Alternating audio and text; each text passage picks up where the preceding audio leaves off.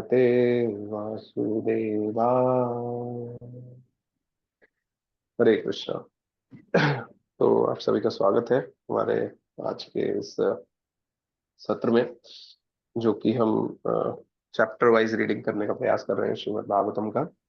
तो जैसा कि आज हम लोगों ने अर्ली स्टार्ट किया है थोड़ा सा, तो हम प्रयास करेंगे कि आज हम 2 चैप्टर्स को कंप्लीट कर पाए। तो आप लोग मेरे लिए प्रार्थना कीजिएगा कि हम सही स्पीड को मेंटेन करते हुए, सही भाव को मेंटेन करते हुए हम इस चैप्टर्स को, हम थोड़ा सा इस पे अपना जो भी हमने प्रयास किया है उसको हम पूरा कर सके। सब लोगों को आवाज क्लियरली ऑडिबल है? यस प्रभु जी। ओके। तो अभी हम देखते हैं कि तीसरे स्कंद का 28वां चैप्टर। तो 28वें चैप्टर से पहले 26 और 27 जो हम एक्चुअली में सही से कंप्लीट नहीं कर पाए, तो उसमें किसी को ध्यान है क्या हमने मतलब क्या पढ़ना था उसके अंदर और क्या होना था? तो इसमें सांख्य योग के बारे में बता रखा है।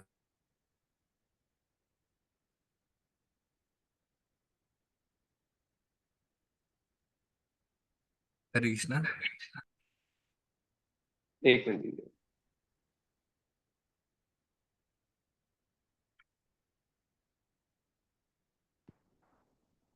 Yes, yes bro.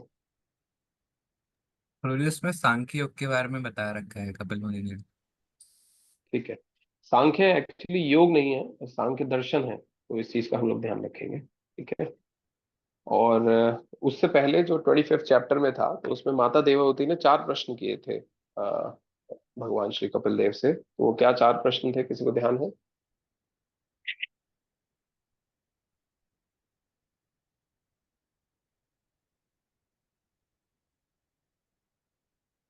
बाद में कर लेंगे, मतलब मेरा चल रहा है।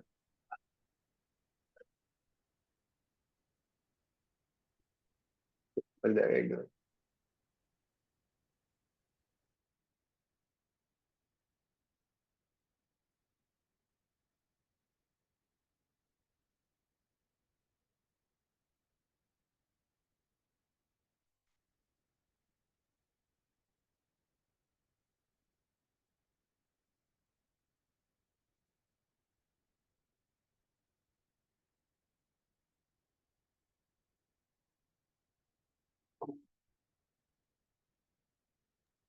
हरे कृष्ण प्रभु जी।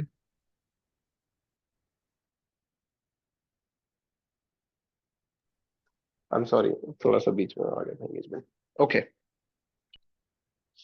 तो 4 प्रश्न किए थे माता देवहूति ने इससे, भगवान कपिल देव से।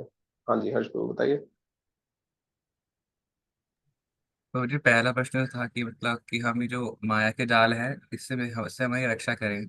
उसके बाद हम्म। दूसरा मतलब माता ने पूछा था कि भगवान ने बताया कि भक्ति करके हम बच सकते हैं। तो माता ने पूछा कि हम किस प्रकार की भक्ति करूं। हम्म।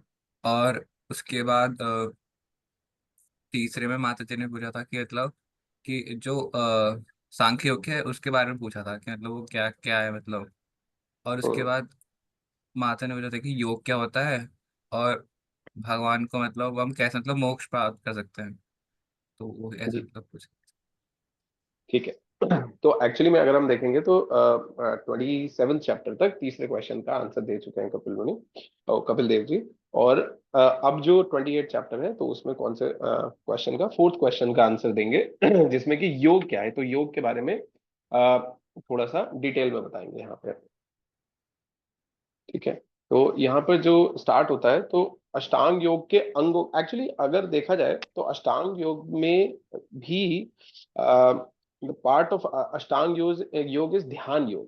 तो यहाँ पे ध्यान योग जो है हमारा भगवत गीता के 6 अध्याय में भी आता है, कि जहाँ पे भगवान स्पेसिफिकली ध्यान योग के बारे में बता रहे हैं कि क्या है एक्चुअली में ध्यान करना। उसी का एक विस्तारित रूप अगर हम देखेंगे तो यहाँ पे बहुत डिटेल में हम जान सकते हैं उसके कि क्या है बेसिकली ध्यान योग। और ध्यान योग में जो सबसे इंपॉर्टेंट चीज है वो है कि जिस वस्तु विशेष के ऊपर ध्यान किया जा रहा है। अब समझ के देखिए कि अगर जो वस्तु विशेष है वही चेंज हो गया, कि मान लीजिए हमें कंसंट्रेट तो करना था, ध्यान तो लगाना था भगवान के ऊपर, लेकिन हमारा ध्यान लग गया कहीं और, किसी और चीज के ऊपर, तो क्या जो डिजायर्ड रिजल्ट है हम उसको प्राप्त कर पाएंगे? तो वो डिजायर्ड रिजल्ट प्राप्त कभी नहीं कर पाएंगे। तो यहाँ पर इस चैप्टर में अगर देखा जाए, तो मैंने उसको स्लाइड में नहीं डाला है, तो इस चैप्टर में बेसिकली ये चैप्टर दो चीजों को दर्शाता है। 44 श्लोकास हैं इस थर्ड कैंटो के 28 चैप्टर में। 44 श्लोकास में फर्स्ट पार्ट जो हमें दिखाएगा कि किस प्रकार से हम मतलब एक योगी जो है अष्टांग योग के माध्यम से भगवान को या अपने विजय को प्राप्त, मतलब एक तरीके से उस जो अपना योग है उसमें कैसे वो विजय प्राप्त कर सकता है। दूसरा चीज है कि भगवान की जो स्पेसिफिक फीचर्स हैं, कि भगवान के अगर हम टोज से लेके देखें और टोज से लेके टो नेल से लेके देखें और भगवान के मुख कमल तक जा रहे हैं, फिर उसके बाद स्माइल तक जा रहे हैं, तो एवरीथिंग यहाँ पे फिर इसको डिस्क्राइब किया गया है। ठीक है। और उसी प्रकार से जिस प्रकार से मेडिटेशन करते करते धीरे धीरे मतलब किस प्रकार से योगी ऊपर जाते हैं, और ऑब्जेक्ट कौन है जो योगी का है वो है supreme personality of God head. और फिर उसके बाद जो भगवान का आध्यात्मिक जगत में दिव्य रूप है उसका वर्णन यहाँ पे किया गया। ठीक है। तो पहले श्लोक में यहाँ पे कपिल देव जी बताते हैं कि योग की विधि का वर्णन किया गया है जिसका उद्देश्य मन को केंद्रित करना है ना। तो अब एक तरीके से सबसे ज्यादा पहले जब हम मन को केंद्रित करेंगे तभी, मतलब ये योगी के लिए जो है ना सबसे इंपॉर्टेंट पार्ट यही है कि मन को किस प्रकार से केंद्रित किया जाए। तो ये यही सेम चीज जैसा कि मैंने बताया कि ध्यान योग कौन सा है, भगवत गीता का 6.47 श्लोका में इसके बारे में बताया गया है। तो इसमें भगवान कहते हैं, और समस्त योगियों में से जो योगी अत्यंत श्रद्धा पूर्वक मेरे परायण है, अपने अंतकरण में मेरे विषय में सोचता है और मेरी दिव्य प्रेमा भक्ति करता है, वह योग में मुझसे परम अंतरंग रूप में युक्त रहता है और सबों में सर्वोच्च है। यही मेरा मत है। तो अब अल्टीमेटली यहाँ पे बता रहे हैं कि जो अंतरंग में जो भगवान के बारे में सोचता रहता है, और लास्ट में हम देखेंगे कि किस प्रकार से एक योगी उस लेवल तक पहुंच जाता है। तो भगवान कह रहे हैं कि वो मुझे अत्यंत प्रिय है। लेकिन इसी चैप्टर में आप में से मुझे आशा है कि आपने काफी सारे डिवोटीज ने पढ़ा भी होगा ये चीज को, तो इसी चैप्टर में श्रीला प्रभुपाद साथ ही साथ जैसे ये अष्टांग योग है उसी के साथ साथ जो है भक्ति योग के में भी बारे में बता रहे हैं कि यही चीजों का पालन एक भक्त को भी करना चाहिए। ठीक है ना। तो अब देखा जाए तो अष्टांग योग में बेसिकली 8 जो है स्टेप्स कहेंगे। तो उसमें से सबसे पहला आता है, जैसे 8 अगर हम स्टेप्स की बात करें, अंग कहते हैं इसे बेसिकली। तो यम होता है, नियम होता है, आसन, प्राणायाम, प्रत्याहार, धारण, ध्यान और समाधि। ठीक है। अब उसमें से जो स्टार्टिंग के 2 श्लोकास हैं 2, 3 और 4, तो इसमें यम और नियम क्या करना चाहिए और क्या नहीं करना चाहिए उसके बारे में यहाँ पे जो है एक्सप्लेन किया गया है कपिल देव जी के द्वारा। तो सबसे पहले चीज क्या है यहाँ पर, स्वधर्म आचरण शक्तया। तो इसका किसी को मीनिंग समझ में आ रहा है? थोड़ा क्विकली आंसर करेंगे तो हमें काफी लंबा जाना है आज। अपने धर्म का पालन करना। अपने धर्म का पालन करना क्या है बेसिकली? भाई हमारी जो प्रिस्क्राइब ड्यूटीज हैं, ऑक्यूपेशनल ड्यूटीज हैं, जो हमें, जैसे अगर हम परिवार में रह रहे हैं या कहीं पे भी रह रहे हैं, या स्वधर्म का एक तरीके से देखा जाए तो वर्ण आश्रम धर्म को भी हम कह सकते हैं स्वधर्म का पालन करना, कि जिस भी वर्ण में है और जिस भी आश्रम में है। अब एक चीज सोचने वाली है कि अब इसमें स्वधर्म आचरणम शक्तया मतलब यथाशक्ति, मतलब जो हमें हमारी प्रेस्क्राइब ड्यूटीज है उसको यथाशक्ति जो है उसको पूरा करना चाहिए। तो ऐसा इसमें क्यों दिया गया? सोचने वाली बात है भाई, योग से स्वधर्म का क्या लेना देना, क्या कनेक्शन है इसमें? तो इसमें बेसिकली अगर हम समझेंगे, हमारे दिन के अगर 24 घंटे होते हैं, तो 24 घंटे में 24 घंटे एक्चुअली में अगर देखा जाए तो 3 पार्ट्स में डिवाइडेड होते हैं 8-8 घंटे के। ठीक है ना। तो जैसे श्रील प्रभुपाद भी हमें बताते हैं कि एक व्यक्ति को 8 घंटे स्वधर्म, यानी कि मान लीजिए ऑक्यूपेशनल ड्यूटी, के भाई परिवार का पालन करना है, कोई भी चीज का करना है, तो उसमें बिताना चाहिए। दूसरा है कि उसको 8 घंटे अपनी बॉडी का मेंटेनेंस, विच इंक्लूड्स जिसमें सो सकते हैं, उठ सकते हैं, नहाना धोना सब कुछ, है ना, प्रसाद पाना, सारी चीजें। एंड 8 घंटे जो है वो नित्य धर्म में होने चाहिए। अब एक्चुअली में अगर हमारी स्थिति देखी जाए कि अब हमारा जो मैक्सिमम टाइम है वो किस में जाता है, स्वधर्म में। और नित्य धर्म में अगर देखा जाए तो हार्डली 2-3 घंटे, वो भी जब हम अब इस्कॉन में आए तो उसके बाद में हमें पता चला कि अच्छा हमें माला करना चाहिए, वरना एवरीबडी थिंक्स कि हाँ सुबह जाओ अगरबत्ती घुमाओ और हो गई बस। मतलब ये मेरा क्या हो गया, नित्य धर्म हो गया, जो कि स्पिरिचुअली वेलबींग जिसको बताया गया। तो शास्त्र ये चीज बताते हैं कि कोई भी प्रिस्क्राइब ड्यूटी को छोड़कर आप जंगल में जाएं और उसके बाद ये ना करें। तो अल्टीमेटली जहां पर भी वे हैं वहां पर अपने स्वधर्म को करते हुए आप क्या करें, आप जो योग है, योग is basically getting our connection back with God, है ना। तो वहां पे वो रहते हुए आ, उसको हम पूरा करें। तो हम किसी भी स्टेज में अगर हम देखें तो स्वधर्म का हम पालन नहीं छोड़ सकते। अब एक तरीके से देखा जाए, आप खुद सोच के देखिएगा इस चीज को, अगर स्वधर्म क्या है, ऑक्यूपेशनल ड्यूटीज है जो हमारे लिए डिफाइंड है, अगर हम उसका पालन नहीं करते हैं तो हमारा मन क्या रहता है, भागता रहता है, फ्लिकर्ड रहता है, शांत नहीं रहता। सो अल्टीमेटली देखें, अगर मन फ्लिकरिंग रहेगा, कहीं शांत नहीं रह पाएगा, कहीं कंसंट्रेट नहीं कर पाएगा, so there is no benefit of yoga. तो अगर अब ये जो सारा डिस्टरबेंस होता है वो फिर कहाँ जाता है, योग में जाता है। वही सेम चीज जो हमारे लिए भक्ति योग है, तो भक्ति योग में भी वही चीज आता है। तो इसीलिए यहाँ पे हमारे को प्रॉपर एक एजुकेशन दिया जाता है कि जिसके माध्यम से हम सारी चीजों को समझे कि हमें ये भी करना है, ये भी करना है, और उसके साथ में रहते हुए भक्ति को कैसे करना है। सो इसलिए बताया गया स्वधर्म आचरणम। फिर विधर्माच निवर्तनम, कोई चीज निर्देशित नहीं है, जो चीज प्रिस्क्राइब नहीं है उसको ना करें, ठीक है। फिर उसके बाद तीसरा आता है देवाल्य बोधने, देवाल्य बधेन संतोष।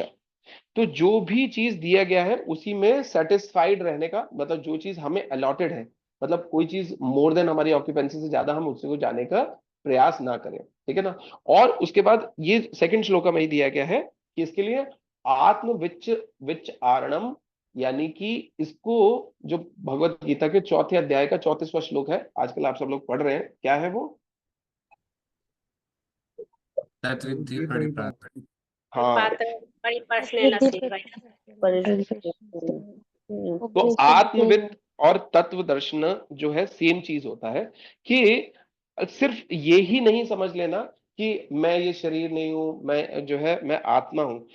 एक्चुअली में शिल प्रभुपाद बताते हैं नेक्टर ऑफ डिवोशन, यानी कि भक्ति रसामृत सिद्धू के माध्यम से बताते हैं कि एक कोई व्यक्ति भगवान को जाने बिना जो है सेल्फ रियलाइज्ड, यानी कि आत्म साक्षात्कार, किसी व्यक्ति को हम ऐसे नहीं कह सकते कि उसने भगवान को तो जाना नहीं, भगवान से अपने रिलेशनशिप को जाना नहीं, और उसके बाद वो ये कह रहा है कि नहीं मैं तो आत्मदर्शी हूँ, ठीक है ना, आत्मवित्त हूँ या मैं तत्वदर्शी हूँ।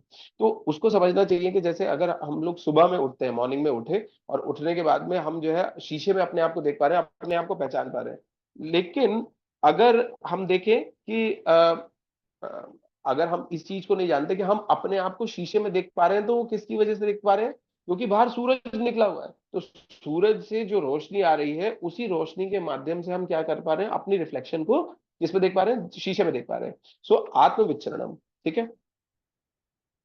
फिर उसके बाद आता है ग्राम्य धर्म निवर्ति, पारंपरिक धार्मिक प्रथाओं का त्याग करना। तो ये भी बहुत इंपॉर्टेंट है कि जैसे हम पारंपरिक जो हमारी वो चली हुई आ रही होती है उसका क्या लॉजिक है, क्या है, उसको जाने बिना भी हम उसको क्या करते रहते हैं, फॉलो करते रहते हैं। फिर मोक्ष धर्म रति, फिर स्वल्प भोजन करना, ठीक है ना, मित मेध्यानम, कि जितना दिया गया है, जितना डिफाइंड है उससे भी थोड़ा कम ही पाना। तो ये यम और नियम के लिए बताया जा रहा है। अगर हम देखेंगे इसमें बहुत सारे स्टेप्स हैं जो भक्ति योग के लिए भी बहुत जो है फ्रूटफुल बताए गए हैं। अब एक चीज आती है जो अष्टांग योग के माध्यम से बताया गया है, सदैव एकांतवास करना।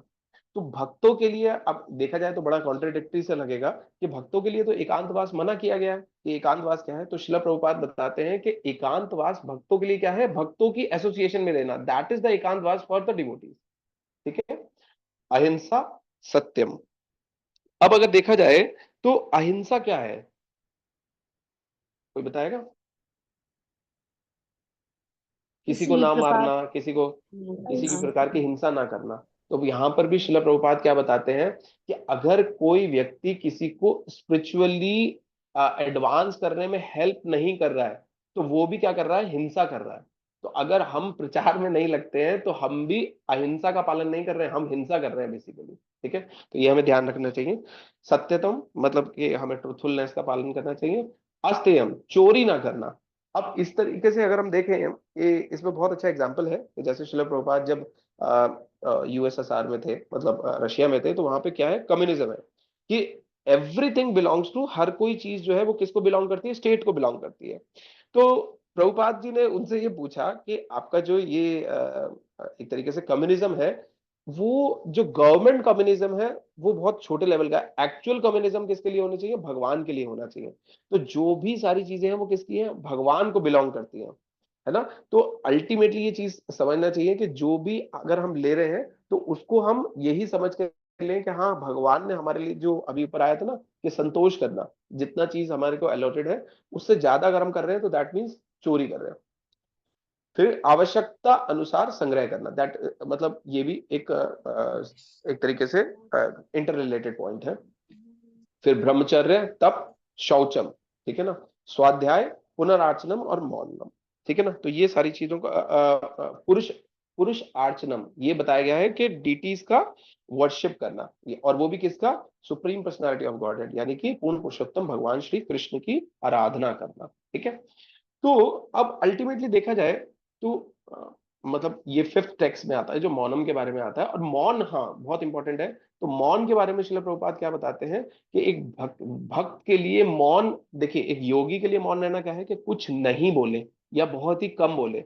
उसी प्रकार से एक भक्त के लिए जो मौनम का अर्थ है वो ये है कि भक्त जो कुछ भी बोले वो सिर्फ और सिर्फ कृष्ण कॉन्शियसनेस के लिए, मतलब कृष्ण भक्ति से रिलेटेड या भगवान श्री कृष्ण से ही रिलेटेड हो। So that is the maunam for a devotee.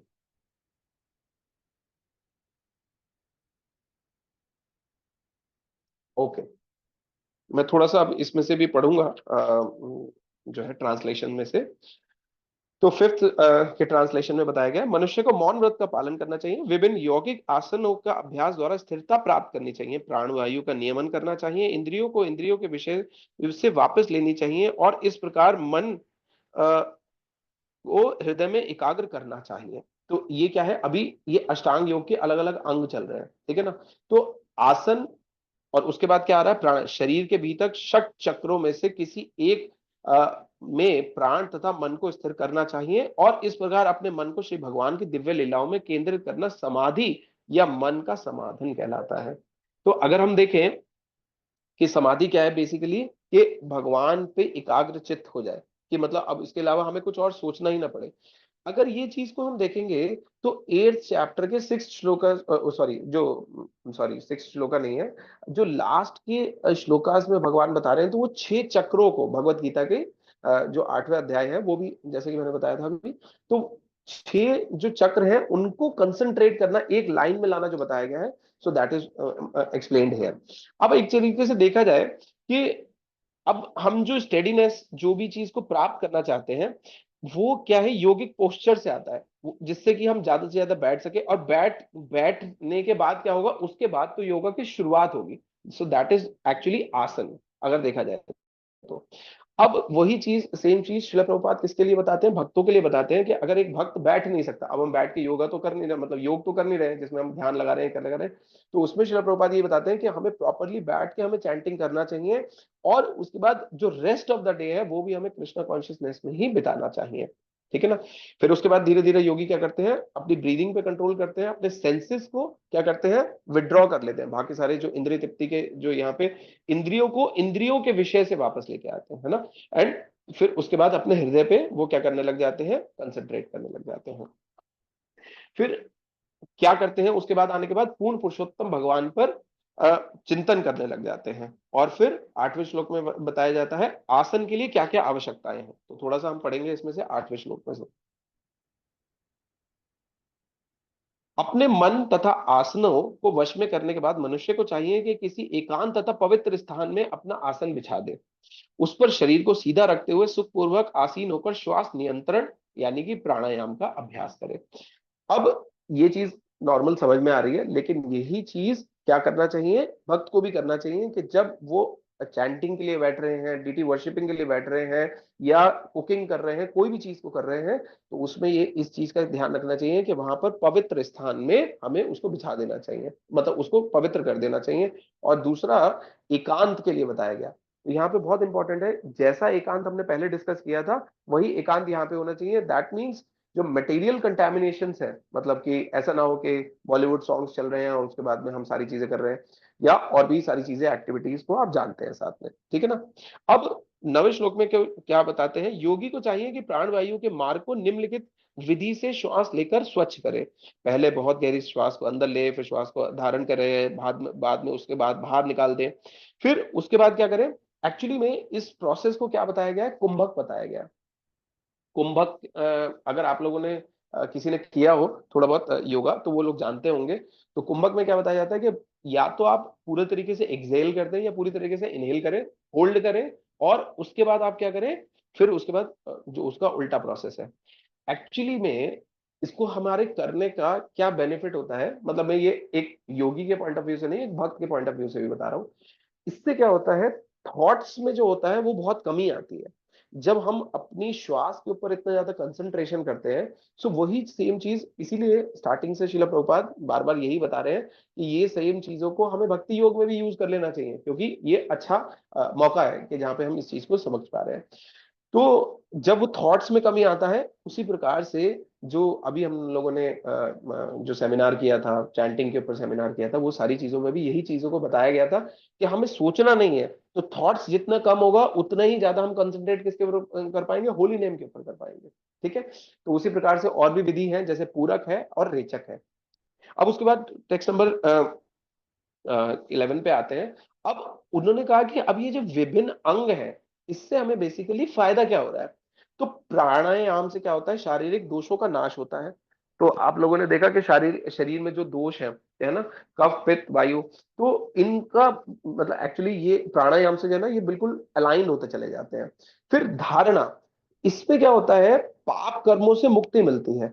अब धारणा से पाप कर्मों से कैसे मुक्ति मिल जाएगी। तो धारण क्या है, जो मैंने अभी आपको स्टार्टिंग में बताया कि the object of our meditation. तो जो ऑब्जेक्ट ऑफ अवर मेडिटेशन है वो कौन है, भगवान है।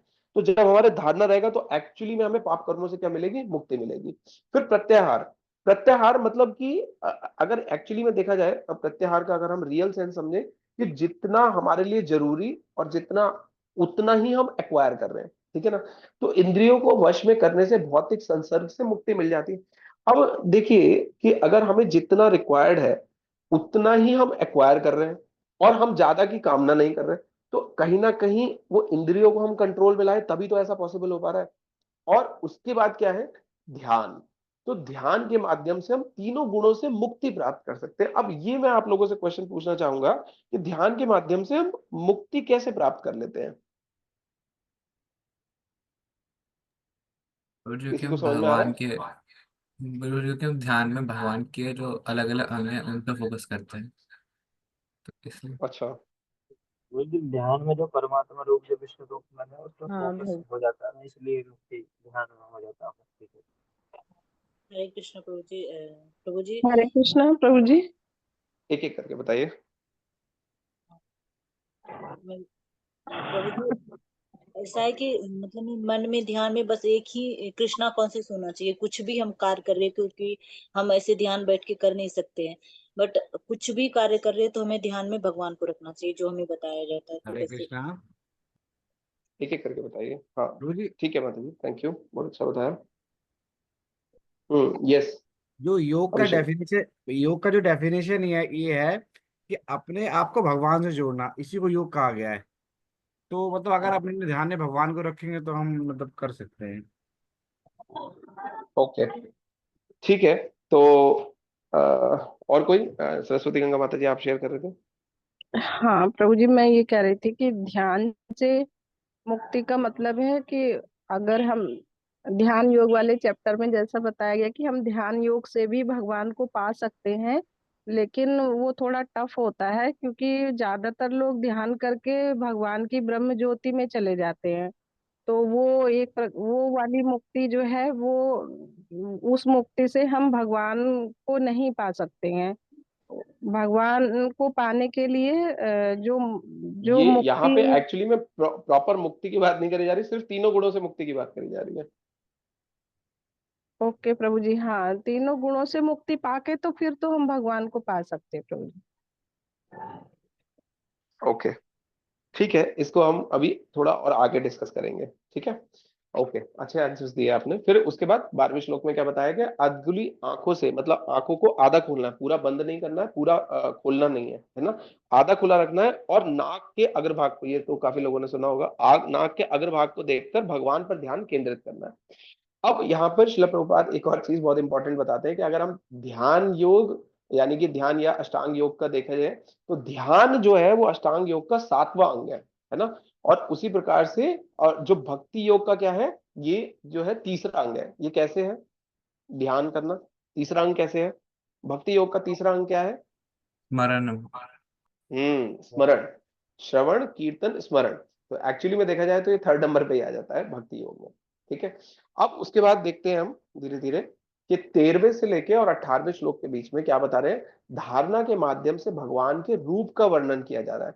तो एक्चुअली में अगर आप लोगों ने इसमें पढ़ा होगा तो इसमें जो है ना, एक एक भगवान के जैसे 13th श्लोका है, तो 13 श्लोक में पूर्ण पुरुषोत्तम भगवान का मुखारविंद प्रफुल्लित कमल के समान है और लाल आंखें कमल के कोश भीतरी भाग के समान है। उनका श्यामल शरीर नील कमल की पंखुड़ियों से सदृश है। वे अपने तीनों हाथों में शंख चक्र तथा गदा धारण किए हैं। फिर 14 श्लोक में भी आगे किसके बारे में बताया गया? उनकी कटी पीले केशर सदृश चमकदार वस्त्र से अवतरित है। उनके वक्षस्थल पर श्रीवत्स चिन्ह है और उनके गले में चमचमाती कौस्तुभ मणि लटक रही है। फिर उसके बाद 14 श्लोक में क्या बता रहे हैं? अच्छा, एक चीज यहां पर देखा जाए तो श्रील प्रभुपाद यहाँ पे एक और चीज के बारे में ये बता रहे हैं कि अगर ये डिस्क्रिप्शन श्रीमद् भागवतम में कौन दे रहा है? ये श्रील प्रभुपाद कोई परपट में तो लिख नहीं रहे हैं, ये कहाँ पे दिया जा रहा है? कपिल देव जी के द्वारा एक्चुअली में भगवान के विभिन्न अंगों पर भगवान के रूप का वर्णन किया जा रहा है।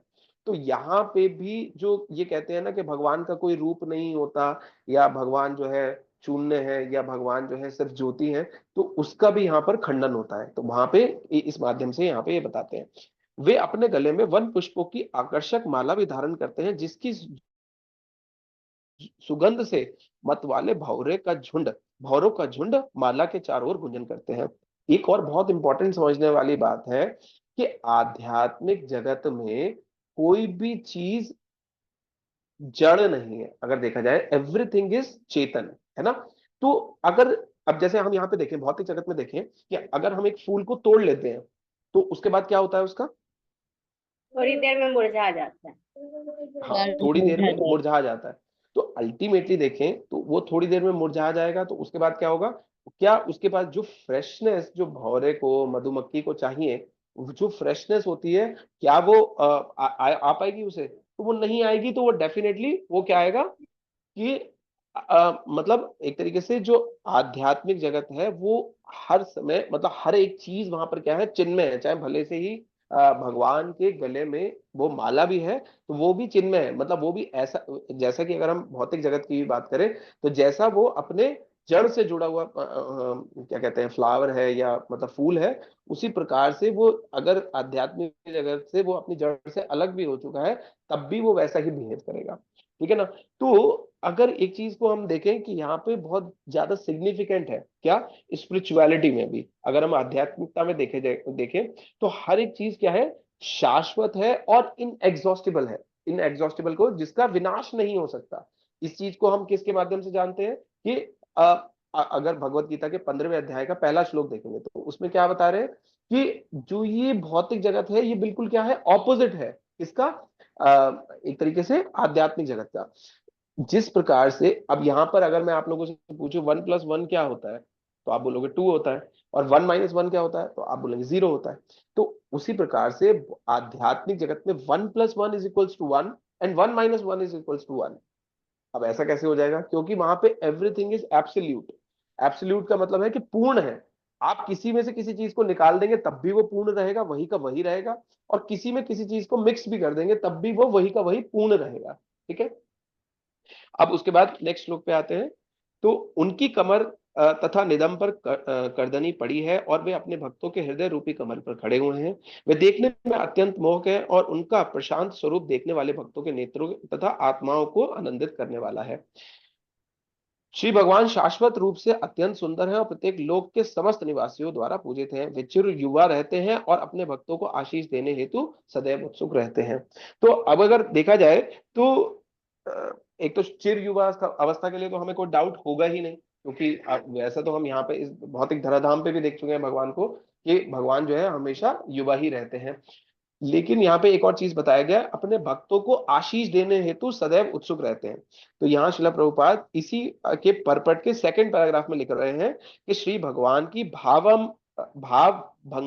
भंगिमा, एक्चुअली मैं आई एम सॉरी, मैं थोड़ा सा ना एक्चुअली इंग्लिश वाले में से ही रेफर करता हूँ, सिर्फ मैं यहाँ प्रेजेंटेशन देने के लिए हिंदी बुक को रेफर करता हूँ, तो इसलिए मुझे काफी थोड़ा सा प्रॉब्लम रहता है, उसको क्षमा कीजिएगा। से सदैव यह सूचित होता है कि वे भक्तों पर अनुग्रह करने वाले हैं एवं आशीष देने वाले हैं, किंतु भक्तों के प्रति वे मूक रहते हैं। आप लोगों को सोच के देखिए, इमेजिन करके देखिए, जब आप लोग पहली बार मंदिर में गए थे और हमने किसका दर्शन किया था? जगन्नाथ जी का दर्शन किया था। तो जगन्नाथ जी का जब हमने दर्शन किया था तो कैसा लगा था, किसी को याद है? ये लगता था कि जो क्या कहते हैं, उनके तो हाथ ही नहीं है, वो एक उनका लकड़ी का बना हुआ है, मतलब Correct. वो समझ नहीं आ रहा था वैसे Okay. कैसे। सबके साथ ऑलमोस्ट यही एक्सपीरियंस रहा होगा कि जब हम देखते हैं तो हम ये कहते हैं ये कौन से भगवान है, हमें तो ये तो सही से दिखाई भी नहीं दे रहे थे, तो पता भी नहीं चल रहा है ये लोग पागल हैं, मतलब पता कैसे पूजा कर रहे हैं, क्या कर रहे हैं। अब उन्हीं जगन्नाथ जी का अब हम दर्शन करते हैं तो हमें सब कुछ वो, मतलब एक्चुअली में this is called favouring of the deities, कि भगवान हमें फेवर करते हैं तब जाके हम उनका ऐसा दर्शन कर पाते हैं। तो ये चीज बहुत क्लियर है, जो चीज शास्त्रों में दिया गया है एंड इट रिफ्लेक्ट्स, है ना।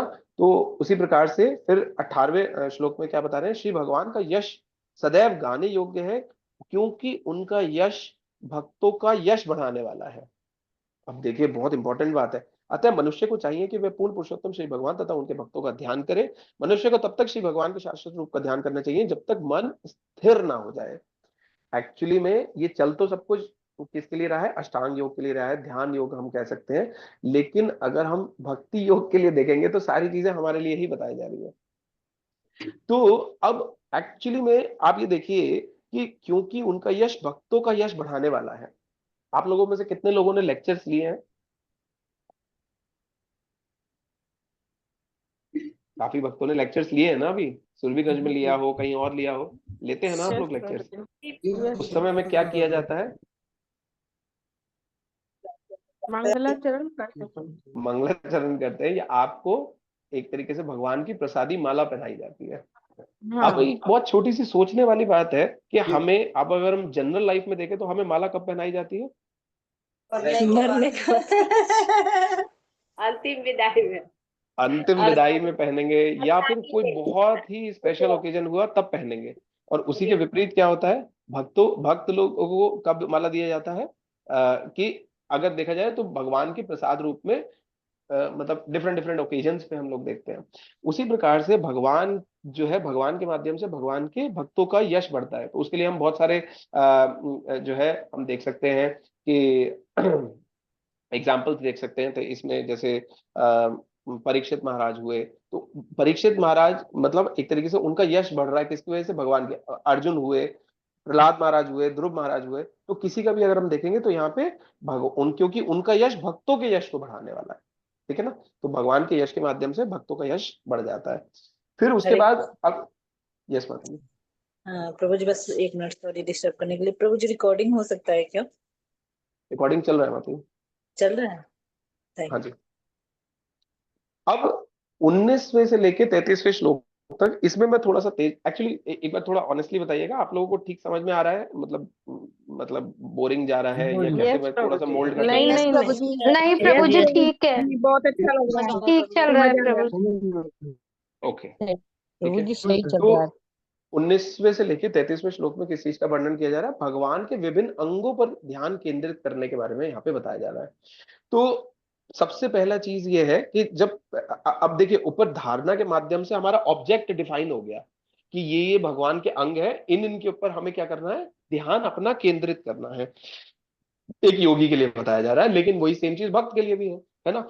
अब उसमें 19वें श्लोक में क्या बताया गया? 19वें श्लोक में बताया गया कि सदैव भगवान की लीलाओं में तल्लीन रहना, या मतलब एक्चुअली ये हिंदी कन्वर्जन में या always absorbed in the past times of Lord, ठीक है ना। तो यहाँ पर हमें ऑलवेज इस चीज का ध्यान रखें। इस प्रकार भक्ति योग में सदैव तल्लीन रहेगा, ओ सॉरी हिंदी इसमें भी तल्लीन ही लिखा हुआ है बुक में भी।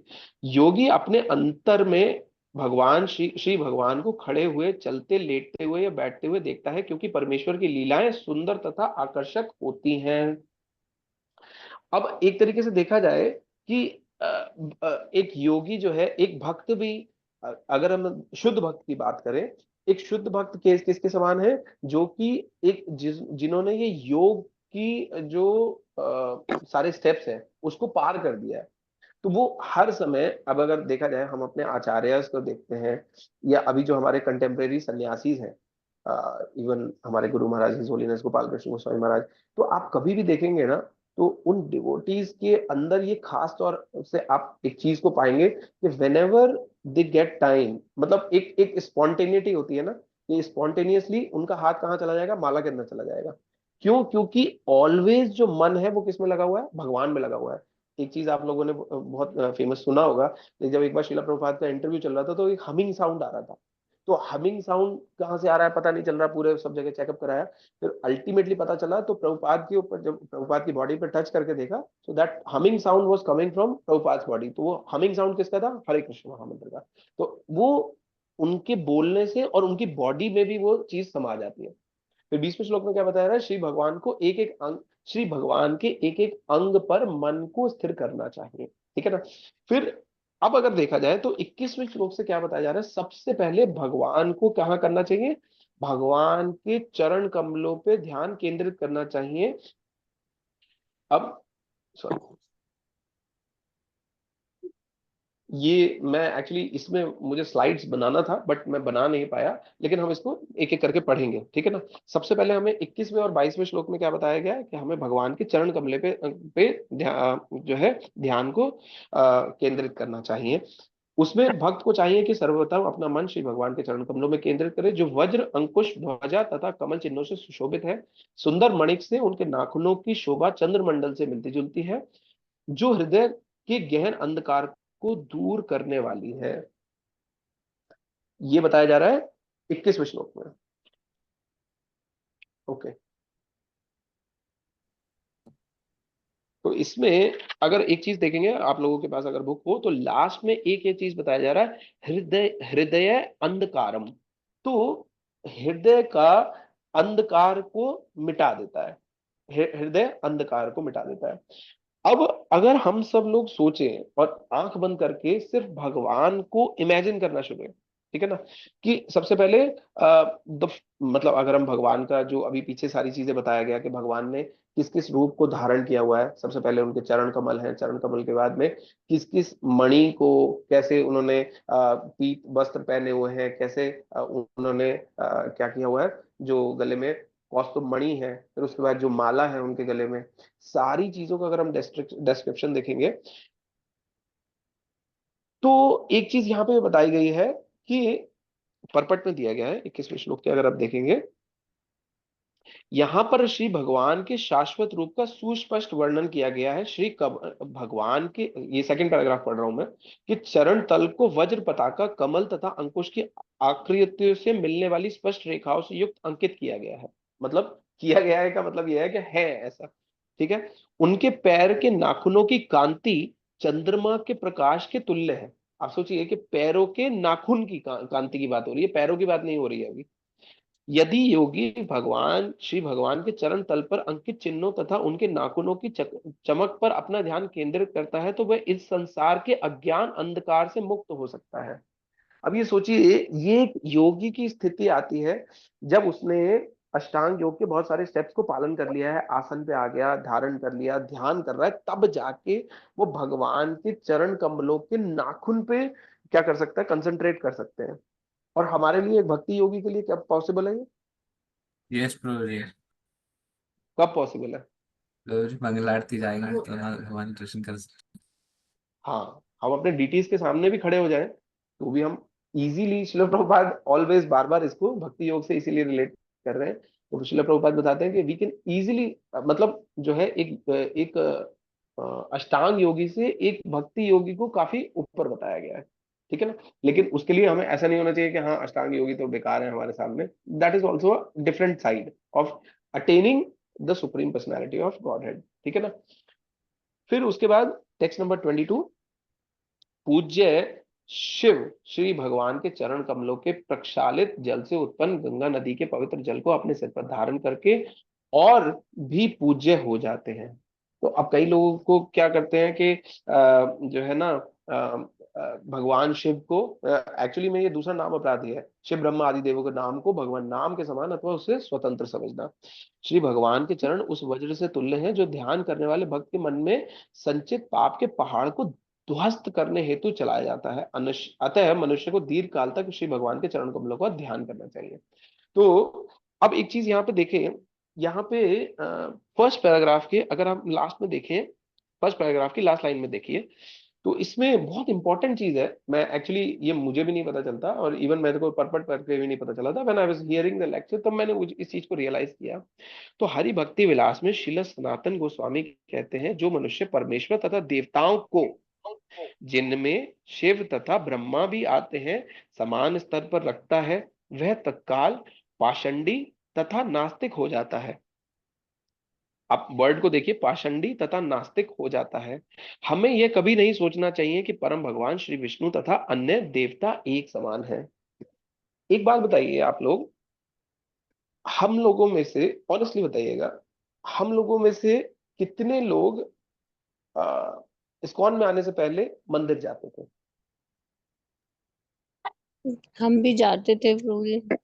प्रभु जी हम भी रेगुलरली जाते थे। रेगुलर तो नहीं जाते मुझे थे। रेगुलर तो नहीं जाते थे, कभी नवरात्रों में या कभी कभी ऐसी कभी कभार ही जाते थे।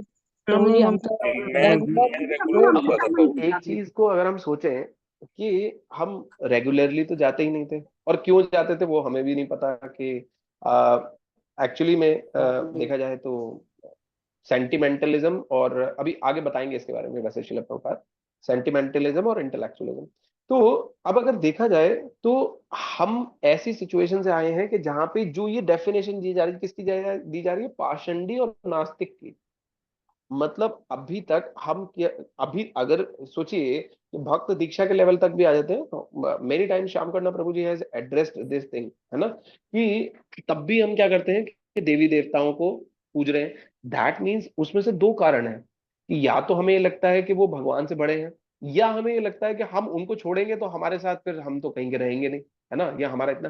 तो ये दोनों ही बातें किस चीज को दर्शाती हैं कि हम या तो उनको भगवान के समान समझ रहे हैं या भगवान से भी ऊंचा समझ रहे हैं। इसको एक और तरीके से समझ सकते हैं कि अगर आप कहें नहीं नहीं नहीं नहीं हमारा संबंध तो ऐसा है, हमारा, क्या आप एक, मतलब I am taking an example, आप एक इंसान को, नॉट आध्यात्मिक गुरु या हम इसकी बात नहीं कर रहे हैं, एक साधारण इंसान को और भगवान को सेम कैटेगरी में रख सकते हैं? नहीं रख सकते। उसी प्रकार से जब यहाँ पे शास्त्रों में इस चीज को दिया गया है कि अगर कोई भी ऐसा करता है जो कि शिव ब्रह्मा आदि देवों को भी अगर भगवान के समान या उनके तुल्य समझता है, वो पाषंडी और नास्तिक कहलाता है। तो इसीलिए हमें एक्चुअली में ये नहीं सोचना चाहिए कि अरे दूसरे लोगों को देख के देखो ये तो पाषंडी है, तो नास्तिक है। No, we are coming from that situation. और दूसरी चीज क्या मेक श्योर करना चाहिए कि हमें अब ऐसा नहीं करना चाहिए, ठीक है। अब एक चीज ये देखा जाए कि हमने अभी तक जो चीज को कवर किया, अब उसमें अगर हम देखें कि ऑब्जेक्ट ऑफ मेडिटेशन, अगर हम स्टार्टिंग से देखें कि भगवान की जो ब्यूटीफुल फॉर्म को बताया, अब एक तरीके से देखा जाए, आप लोगों ने देखा होगा एक एडवांस मैथमेटिक्स होता है। एडवांस मैथमेटिक्स में क्या बताया जाता है कि स्टेप बाय स्टेप, अगर आपने मान लीजिए काफी सारे क्वेश्चन, मतलब पूरा क्वेश्चन आप सॉल्व करते करते आपका आंसर गलत हो गया तो आपको मार्क्स मिलेंगे उस सिचुएशन में। लेकिन अब अगर यहाँ पे देखा जाए, जो धारणा है वो इतना इंपॉर्टेंट है कि अगर हम भगवान के ऊपर ध्यान केंद्रित नहीं कर रहे तो हमारा स्टार्टिंग पहला स्टेप ही गलत हो गया। सो दैट मीन्स हमें वो डेस्टिनेशन तो मिल नहीं रहा, मतलब उसका कुछ भी बेनिफिट नहीं मिलेगा, ठीक है ना। फिर 23वें श्लोक पे आते हैं, थोड़ा सा मैं जल्दी चलूंगा इस पे, क्योंकि योगी को चाहिए कि सभी देवताओं द्वारा पूजित तथा सर्वोपरि ब्रह्मा की माता ऐश्वर्य कि देवी लक्ष्मी जी के कार्यकलापों में अपना हृदय को स्थिर कर दें। वे सदैव दिव्य श्री भगवान के पांवों तथा जंघाओं को चापती हुई देखी जा सकती हैं। इस प्रकार वे सावधानी से उनकी सेवा करती हैं।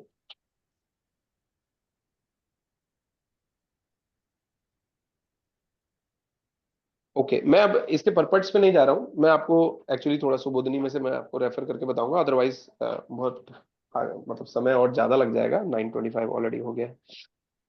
फिर उसके बाद 24वें श्लोक में किसके बारे में चर्चा किया जा रहा है? भगवान के थाइज यानी जंघाओं का, और हिप्स यानी कि निदम्स का, है ना। फिर उसके बाद नेवल। अब ये जो 25वां श्लोक है 25वां श्लोक है नेवल। इसको क्या बताया गया है 25वें श्लोक पे अगर हम आते हैं, तब योगी को चाहिए कि श्री भगवान के उदर के मध्य में स्थित चंद्रमा जैसी नाभि का ध्यान करें। ये नाभि क्या है? यही नाभि सबसे ज्यादा इंपॉर्टेंट पार्ट है हम सबके लिए भी। उनकी नाभि संपूर्ण ब्रह्मांड की आधारशिला है, जहां से समस्त लोकों से युक्त कमलनाल प्रकट हुआ है। तो कमलनाल से जब ब्रह्मा जी निकलते हैं, तभी तो सारी इस सृष्टि की रचना होती है, अगर मतलब इस ब्रह्मांड की रचना होती है। आई एम सॉरी, सृष्टि नहीं, ब्रह्मांड की रचना होती है, ठीक है ना। उसके बाद आगे किसके लिए बात किया जा रहा है? 26वें श्लोक में अगर हम देखते हैं, फिर चेस्ट और नेक के लिए बात किया जा रहा है, ठीक है ना। अब इसके 26वें श्लोक के हम दूसरे पैराग्राफ में आते हैं। यहां कहा गया है कि श्री भगवान की गर्दन की सुंदरता से कौस्तुभ मणि की शोभा बढ़ती है, ना कि मणि से गर्दन की। आप देखिए, हम लोग जो ज्वेलरी पहनते हैं, या मतलब माता जी जो करते हैं, और इवन प्रभुज भी पहनते हैं, उसमें कई बार हमें लगता है कि हाँ, इससे मेरी सुंदरता बढ़ गई। लेकिन यहाँ पे ध्यान देने वाली बात है कि जो कौस्तुभ मणि है वो बहुत इंपॉर्टेंट है। मतलब अगर एक मटेरियल पॉइंट ऑफ व्यू से देखा जाए, अरे इतना महंगा ये वो, लेकिन उसकी शोभा किससे बढ़ रही है? क्योंकि वो भगवान के गले में है। उसकी शोभा इससे नहीं है कि मतलब वो भगवान की शोभा नहीं बढ़ रहा है, भगवान उसकी शोभा बढ़ा रहे हैं, ठीक है ना। और फिर उसके बाद में एक और चीज यहाँ पे बताई जा रही है लास्ट में, आई एम सॉरी, ओके, थोड़ा सा आगे बढ़ेंगे। फिर उसके बाद यहाँ पे क्या बताया गया? 27वें श्लोक में भगवान के आर्म्स के बारे में बताया जा रहा है, मतलब हाथों के बारे में बताया जा रहा है। फिर उसके बाद में 28वें श्लोक में क्या बताया जा रहा है? कौमुदगी, यानी कि भगवान के हाथ में क्या है? क्लब, मतलब कि उसको क्या कहेंगे? गदा। गदा गदा। हाँ, गदा, ठीक है। फिर से यहाँ पे जो है ना, किसका वर्णन आता है? मधुमक्खियों का, ठीक है ना। गदा शत्रुता पूर्वक सैनिक असुरों को चूर चूर करने वाली है और उनके रक्त से सनी हुई है। तो देखिए, यहाँ पे इंपॉर्टेंट है समझने वाली बात कि भगवान ऑलरेडी किससे भक्तों की रक्षा करते हैं? उनके शत्रुओं से, है ना। विनाशाय च दुष्कृताम। योगी को श्री भगवान के गले में पड़ी हुई सुंदर माला का भी ध्यान करना चाहिए, जिस पर मधुर गुंजार करते हुए भौरे मंडराते रहते हैं। जो अभी हमने पहले ऑब्जेक्ट्स में गए थे, अब यहाँ पे वो भगवान को विजुअलाइज कर रहे हैं कि भगवान ने क्या क्या चीजें पहने हुए, और वो मंडराते क्या, गुंजार क्या करते हैं? कृष्णा, हरे कृष्णा। कोई प्रजल्पा नहीं करते हैं वो लोग भी, ठीक है। और भगवान के योगी को श्री भगवान की मोती की माला का भी ध्यान करना चाहिए, जो उन शुद्ध आत्माओं की सूचक है जो श्री भगवान की सेवा में लीन रहते हैं। ये देखिए, ये शास्त्र में दिया गया है, जो हमारे वैष्णव आचार्य है। तुम्हारे हृदय सदा गोविंद विश्राम, गोविंद कहे न मोरा वैष्णव प्राण। अब अगर देखिए अपने गले गले में जो है जो मोतियों की माला है, वो किसको रिप्रेजेंट कर रही है? बहुत इंपॉर्टेंट समझने वाली बात है यहाँ पे, ठीक है ना। फिर 29 और 30 श्लोका में क्या बताया गया है? भगवान के मुख कमल के बारे में बताया गया है। 31वें श्लोक में आंखों के बारे में और आंखों के ग्लैंड्स के बारे में बताया गया, ठीक है ना। और 32वें श्लोक में भगवान की मुस्कान के बारे में बताया गया है। अब यहाँ पर इंपॉर्टेंट चीज है कि जब हम भगवान का दर्शन करते हैं मंदिर में जाने के बाद में, तो ये क्या चीज को, मतलब क्या उससे बेनिफिट होता है? तो अगेन यहाँ पे हम 32वें श्लोक के सेकंड मतलब परपट के सेकंड पैराग्राफ में आएंगे। इस श्लोक में कहा गया है कि श्री भगवान की बाहें इतनी मोहक है कि मनुष्य उससे इंद्रिय आकर्षण का सौंदर्य भूल जाता है। अगर ध्यान से केंद्रित किया जाए कि कभी हमने जाके देखा भगवान की आईब्रोज को, कभी देखा इतना? बद्ध जीव भौतिक अस्तित्व की पीढ़ियों में बंध जाते हैं क्योंकि वे इंद्रिय तृप्ति और विशेष रूप से काम तृप्ति से मोहित हुए रहते हैं। काम के देवता मकर ध्वज कहलाते हैं। श्री भगवान की मोहक भौहें भक्तों तथा मुनियों को भौतिक वासना तथा काम वासना से मोहित होने से बचाती हैं, है ना। महान आचार्य यमुनाचार्य ने कहा है, जब से उन्होंने श्री भगवान की मोहक लीलाएं देखी हैं, तब से उन्होंने उनके उनके लिए विषय जीवन समस्त आकर्षण घृणित बन गए हैं और विषय सुख का विचार करते ही उस पर थूक कर वे मुख मोड़ लेते हैं। That is the situation of इंद्रिय तृप्ति या काम वासना, अगर हम भगवान का सही रूप से दर्शन करते हैं। 33वें श्लोक में क्या है? योगी को चाहिए कि प्रेम में डूबा हुआ भक्ति पूर्वक अपने अंतरम में भगवान श्री विष्णु की हंसी पर ध्यान करे। एक्चुअली जब मैं ये श्लोक पढ़ रहा था तो मुझे एक चीज याद आ रहा था, एक डिटीज है जिनके टीथ हमें दिखाई देते हैं कई बार। कौन से डिटीज हैं वो? कौन से विग्रह हैं?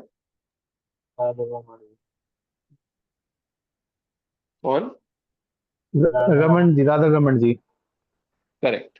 तो आप कभी भी देख सकते हैं, तो भगवान अभी भी जो है अलग अलग रूप में लीला करते हैं।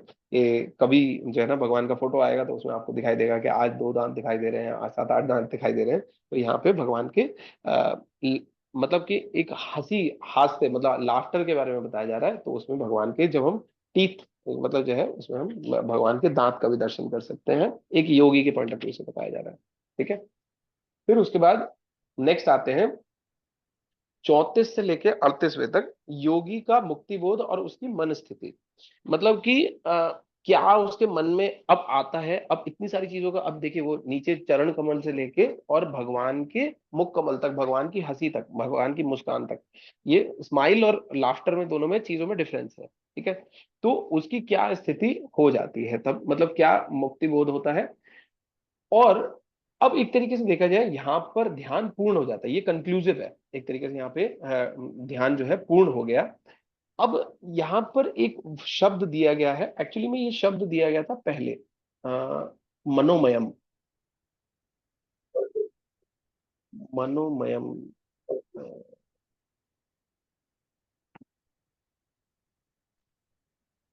मनोमयम का एक तरीके से मतलब होता है कि योगी अपने मन में भगवान का स्वरूप धारण कर लेता है, मतलब फिर उसे जो है अलग से सोचने की जरूरत नहीं पड़ती है।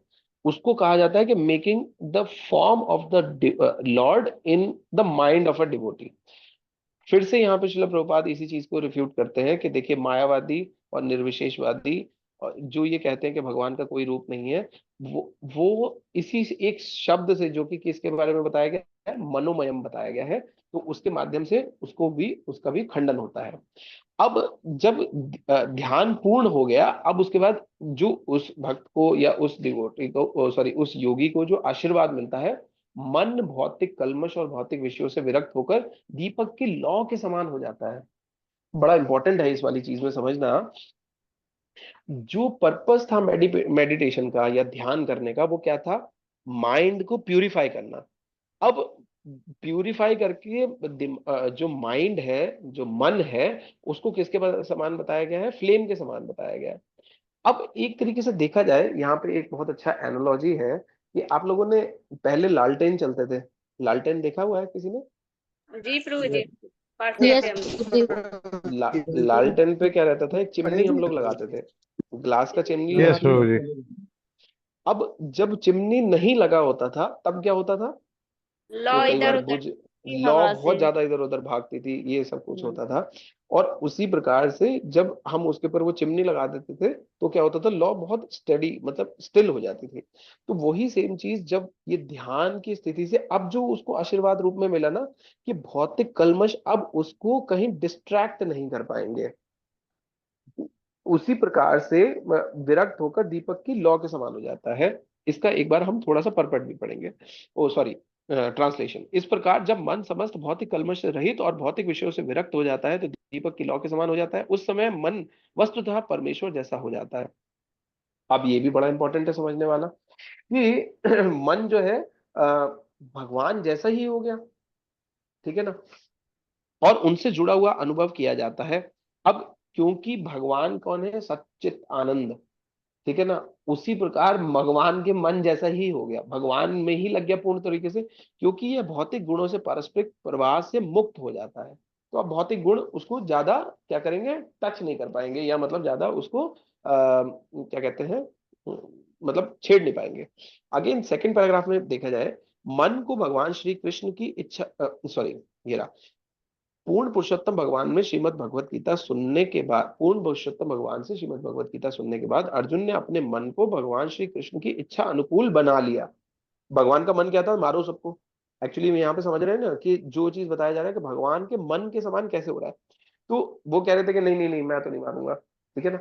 उसी प्रकार से जब इच्छा को बना लिया, यह तदात्म्य कहलाता है। किंतु इस तदात्म्य से अर्जुन तथा भगवान श्री कृष्ण की व्यक्तित्व समाप्ति नहीं हुई। अब ऐसा नहीं हो गया। अब देखिए, जो लोग कहते हैं ना कि जाके भगवान के अंदर जाके मिक्स हो गए, आइडेंटिटी खत्म हो गई, नो। उस समय में क्या हुआ कि दोनों का जो मन है, मतलब कि एक तरीके से भगवान के अनुसार जब हम कार्य करने लगे, तो उनका व्यक्तित्व, उनकी इंडिविजुअलिटी खत्म नहीं हुई, वो एज इट इज मेंटेन रही, लेकिन उनसे अलाइंड हो गई। ये चीज समझने वाली है यहाँ पे, ठीक है। सॉरी। फिर उसके बाद 36 श्लोकों में आत्म साक्षात्कार की स्थिति के बारे में यहाँ पे बताया जा रहा है।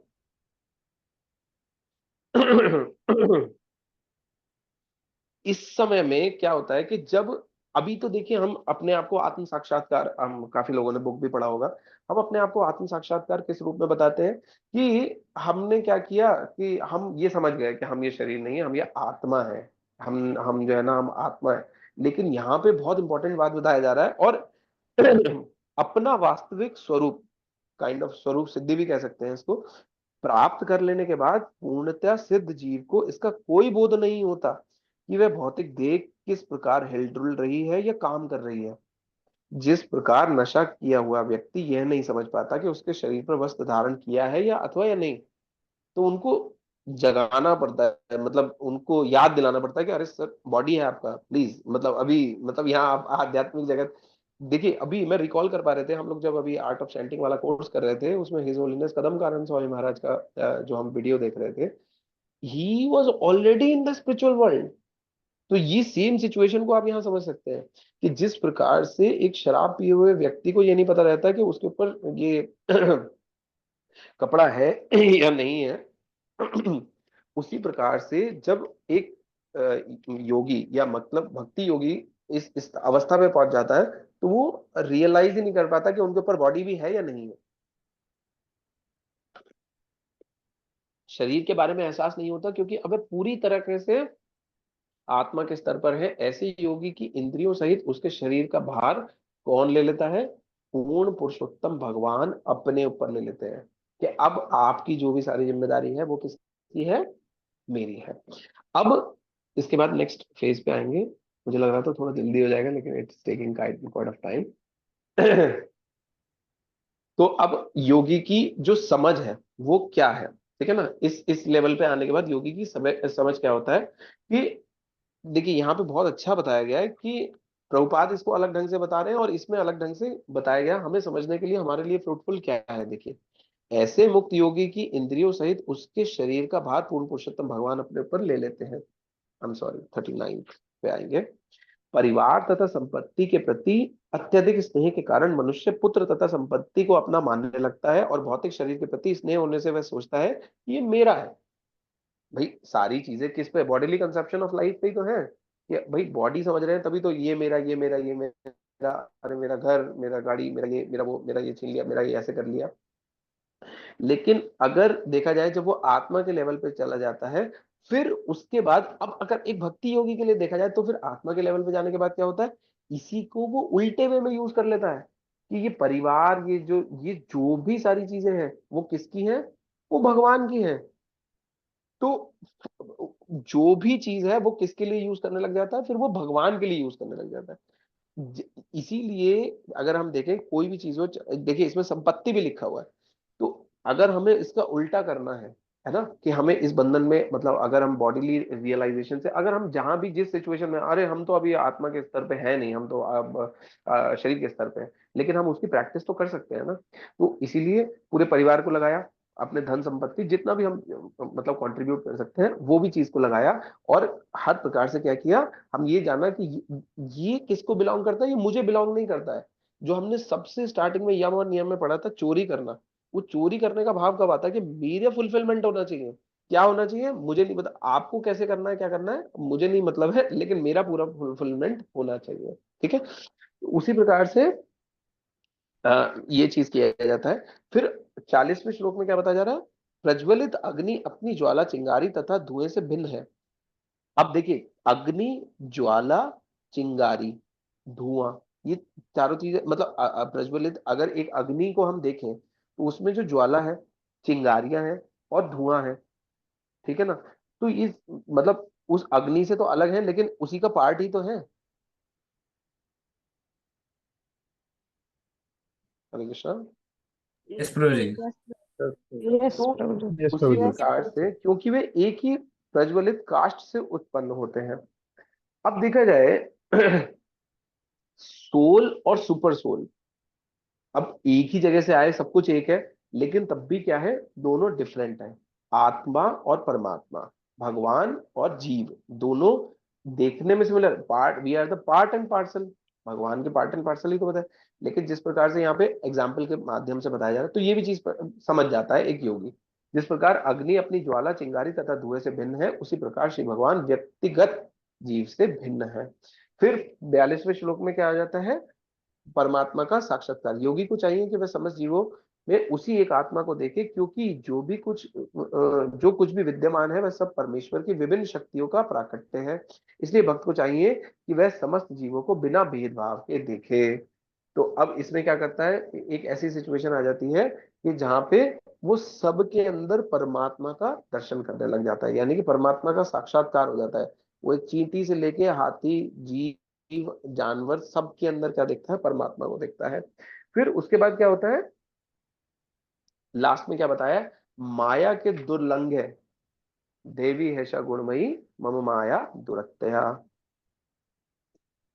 ठीक है, तो अल्टीमेटली देखा जाए तो इस प्रकार माया के दुर्लंघ सम्मोहन से जीतकर योगी स्वरूप सिद्ध स्थिति में रह सकता है। स्वरूप सिद्ध स्थिति जो हमने पहले भी डिस्कस किया था, यह माया इस जगत में अपने आप को कार्य कारण रूप में उपस्थित करती है, अतः इसे समझ पाना अत्यंत कठिन है।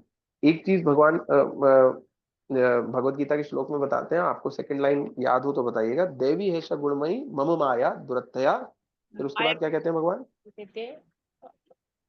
माँ में ये प्रबंधन माया में तम तरंती था। क्या माया में तम तरंती था, कैसे कैसे। नहीं, एक इसके आगे वाला लाइन माता जी ने बोला तो उसके लास्ट वाला लाइन मैंने बोला। हाँ तो वही तो, पूरा बताइए तो सही, लास्ट लाइन पूरा तो आया नहीं अभी। भूल गया प्रभु जी। अरे देवी हैषा मामा गुणमयी माया मम माया दुरत्यया दुरत्यया माम एव माम ये एव। प्रपद्यन्ते माया में ताम तरंती थे। ठीक है ना, जो मेरे शरणागत हो जाते हैं वो इस माया को किस प्रकार से बहुत आसानी से लांग जाते हैं।